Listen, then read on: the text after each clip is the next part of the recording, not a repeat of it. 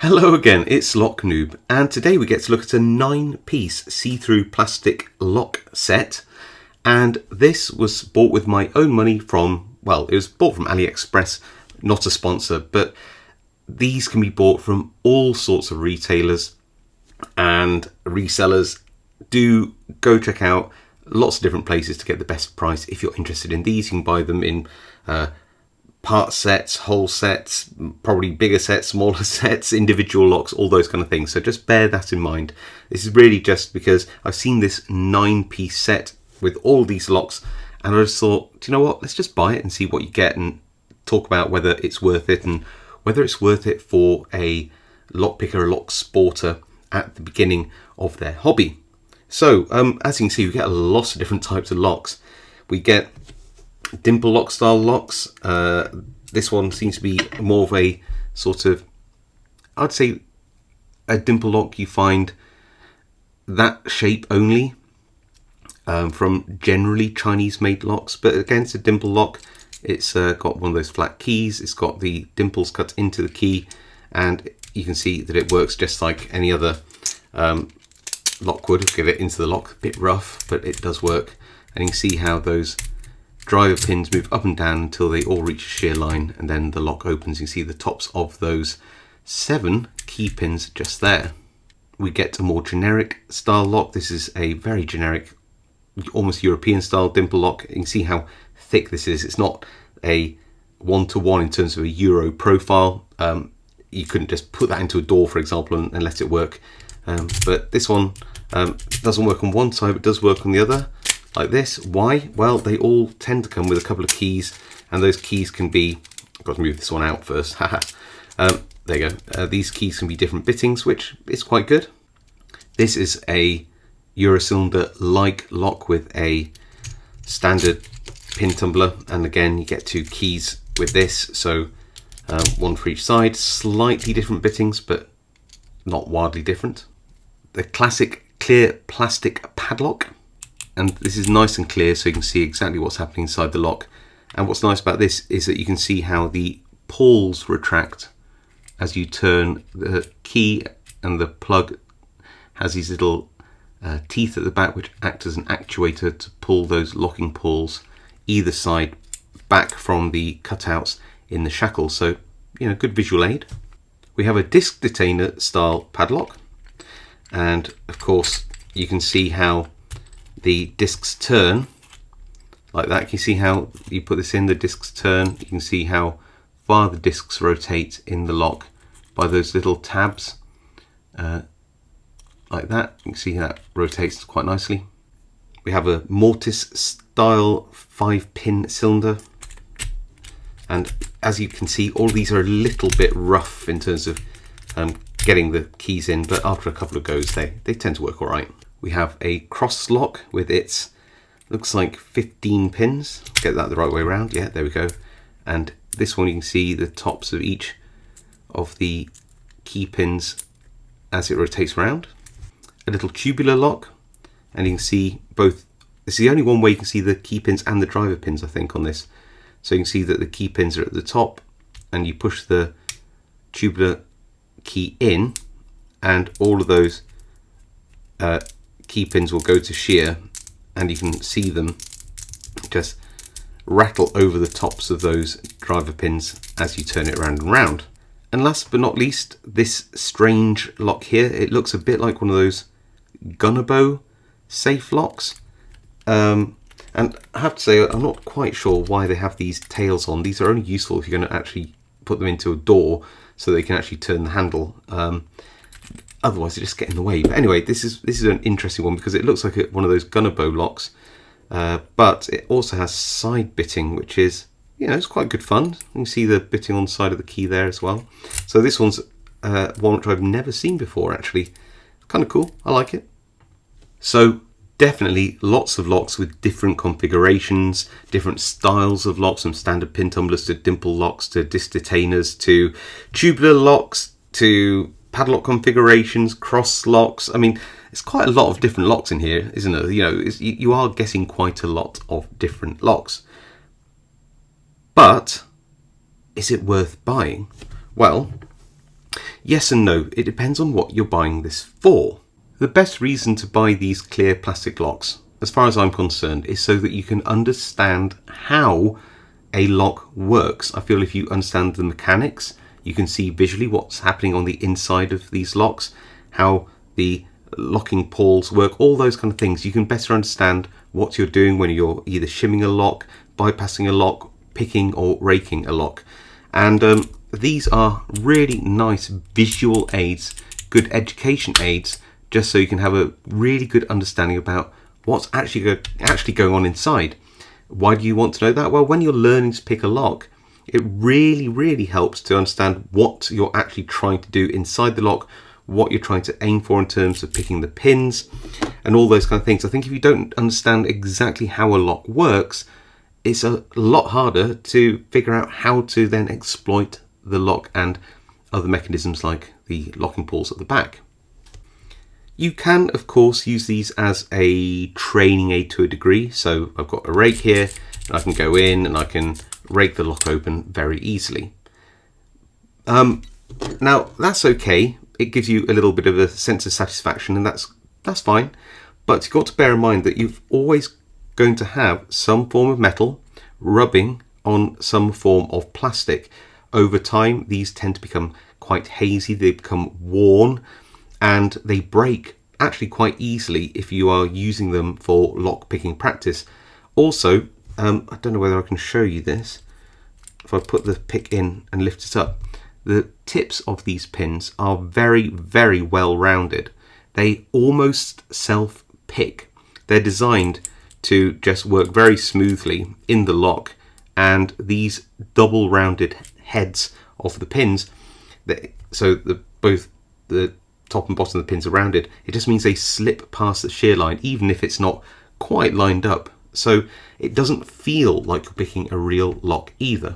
Like I said, it's much better as a visual aid. If you start using these as a picking aid, then you will end up damaging these over time. They will fail on you. They're not made robustly enough for picking practice. That metal on plastic, it's not good. That being said, when you're first learning to single pin pick, and I personally did find this quite useful to just be able to see what the pins look like when I've got my pick inside the lock. You know, when they're springy, I can see that the pins are actually springing up and down. When they're binding, like this pin number 1, I can see that it's moving differently, and I can lift it to its shear and then go back through and try to find the next binding pin, which is pin 2 here. And I can keep repeating that process and just try to feel for those binding pins. And this is quite a good visual aid to sort of single pin picking. It gets you an idea of what's going on inside the lock, and again, it's useful, but it's not a sustainable practice tool. You know, I'd use this for a while to get an idea of pick placement, understanding where the tip of the pick is in relation to the pins, feeling for which pins are springing, visually seeing them, and which ones are binding, visually seeing that, and then lifting these pins up. That is actually very useful, but you really want to move on to a full metal lock really soon if you are going to practice on these plastic ones. You won't learn a lot about how real locks work just by using these plastic ones.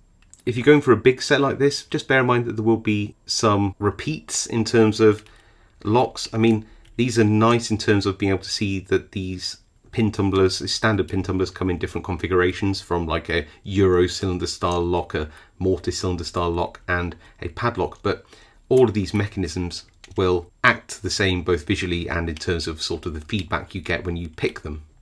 It's the same story when it comes to the dimple locks. It's really good to see how these dimple locks are essentially the same as any standard pin tumbler, apart from the fact that the keyway is the other way around and the keys are flat with the bitting pointing up from the center rather than on the edge of the key blade.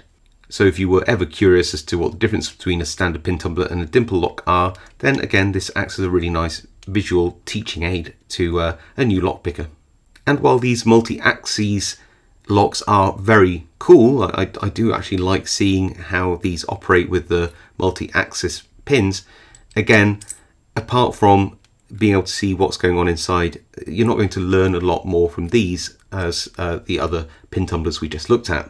Slightly more interesting, at least in my opinion, are things like the tubular lock, where you can actually see how the key pins and the driver pins interact, albeit radially. The same thing is happening in here as it is in any of these other pin tumbler locks, but this one you can actually visually see the key pins and drive pins and how they work, which is actually very, very cool. Definitely one of the more useful ones, at least for me, has been one of these disc detainer padlocks, where you can actually see these discs move. Now, as with all of these, they're not made with great tolerances, so you might put one of these in and it works, and then you put the same key in again and it sort of misaligns and it feels crunchy, or it doesn't open at all. They can be a bit janky. You can see how the discs are at all sorts of different angles in there, so they are again useful, and I have found that for learning disc detainer picking, this has been a really good sort of visual aid as to how one of these works. You should even be able to see, if you're careful, where the side pin is when it drops in. So I don't know whether you can see down here, just there, that line, there's a sidebar, and that's what drops into the cuts or gates on the back of the discs when they are all rotated to their correct position. Before we go into prices, why don't we just have a bit of a play with some of these locks, give them a bit of a pick, even if we rake them, just to get them open, just to show you how great visual aids, really poor aids for learning how to pick. So we have the padlock first. Let's just go in with a nice soft rake, nothing too damaging, and see if we can't get this open. There we go, got the open. We have one of these little screw and mortise cylinders. Let's try and get into this lock now. Oh, straight away. One of the Euro cylinder versions. Open again. We have the cross key lock here, and again, this can be usually raked just by going, oh, only needed to rake both two sides and we are already open. Have that weird safe lock type thing in here. Let's give this a rake. So you rake the top pins. Oh, the side pins didn't even need to rake. Look at that. We have the standard dimple lock profile in the vise, and I'm just going to use a dimple flag to single pin pick this. It takes a bit longer to single pin pick, but you know, it's a good technique to learn, and you know, this lock can be single pin picked. We're just going along each pin in turn just to see which one's a binding pin. Back to the front again, pin 1, pin 2, pin 3 there, pin 4, set 5, 6 and then 7 at the back, and you just keep repeating this, going through each pin in turn, just making sure they're at the shear line, that any binding pins are set and out, and you know, once they're all set, we should be able to just see the core, or plug should I say, turn inside the lock. So feel like that would just pin 6 here and pin 7 at the back, go on 7. Is it pin 2? There we go, that's set. Who's left? Somebody at the back, no doubt. Yeah, just clicks 7 at the back and we are open. We can do the same on the almost smiley keyway style dimple lock. Again, we can use a dimple flag. Oh, it's a lot of slop in that core. Dimple flag to go in here and just try to single pin pick each of these pins in turn, try to get the lock open and picked. This probably will take a bit less time. There we go.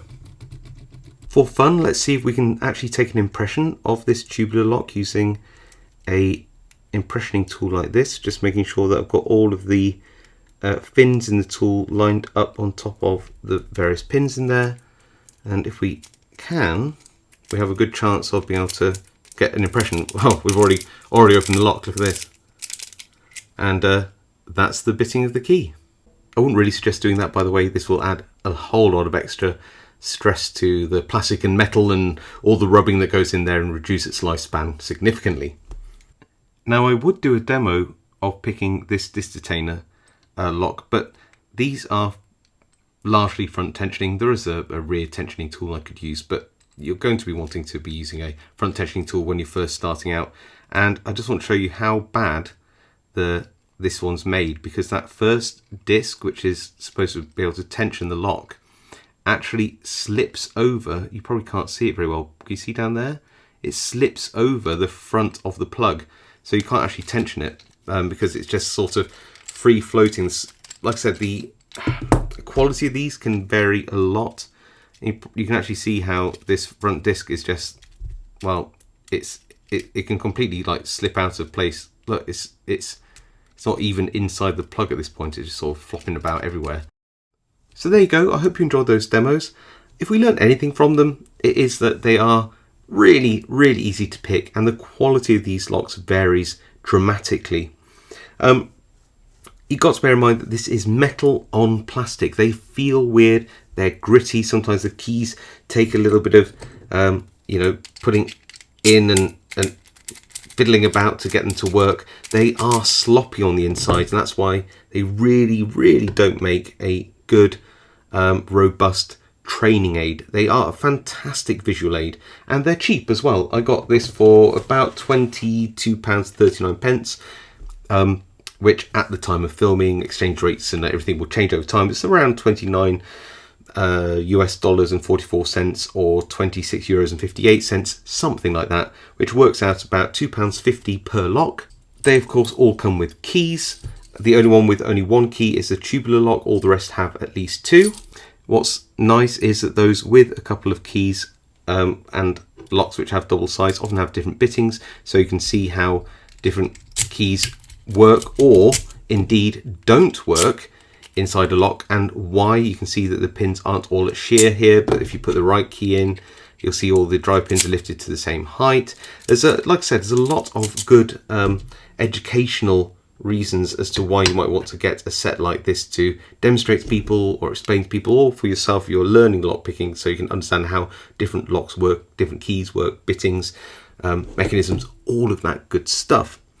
But there is a downside. So yeah, they're cheap, they're a great visual aid, etc. There's a downside, other than the sort of grittiness which just comes with this type of cheaply made lock, is that sometimes they're made really badly. Now, they're not that expensive that if you get a dud one and you can't return it and get your money back, then just buying a new one isn't completely silly as an idea. Like this one works with the key. It's a good visual training aid, but I couldn't pick it.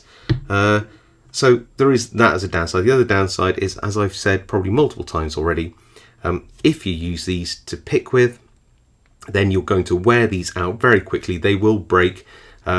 Even putting pressure on springs and pop out these little plates, which are often just press fit in. I would be very careful if you're using them as a picking practice lock. A couple of times maybe, just to get a feel for it when you're first starting out, but yeah, just not as a general thing, not unless you want to keep replacing them over and over and over again. The other thing just to mention is that they're often bundled with the keys inside the bags.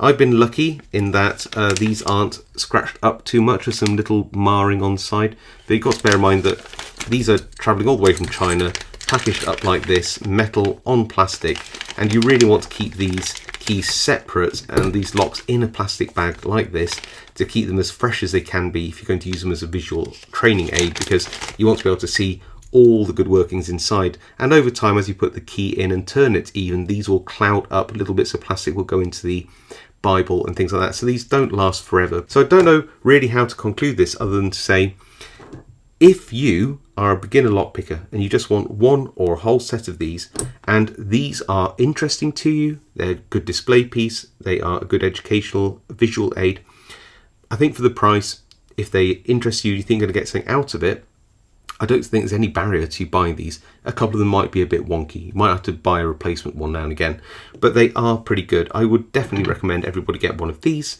little clear plastic practice padlocks. I have found these to be incredibly useful in showing people how locks work, padlocks work, how the locking mechanisms work, and everything like that. If you're going to only buy one of these things, buy one of these. You buy them from loads of different places, loads of different price points, but they're quite good. The other things I do like, normally I like the disc detainer one, but this one's unfortunately not made well enough. And I do like the tubular lock one, because this is actually a really good way of showing people how key pins and drive pins interact and those kind of things.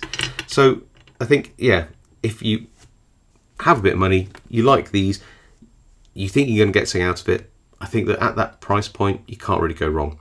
If, though, you want to use these as a practice aid, don't. Just move on to a cheap master lock or something similar as soon as you can, because you're going to learn so much more. And that's about it, really. Do I regret buying these? No, but I have a YouTube channel. I talk about these kinds of mechanisms. I show them off. I teach people how to pick locks. For me, this makes sense. If you're a beginner, it might make sense. And that's really the conclusion I can make here. You just need to decide whether these are for you, given the pros and the cons and the price point. Anyway, let me know what you think in the comments. Do you have any of these clear plastic practice locks? Did you get anything out of them when you first started learning how to pick? Do you still get something out of them? Do you just like the way they look? Let me know in the comments. I do read them all and reply to as many as I can.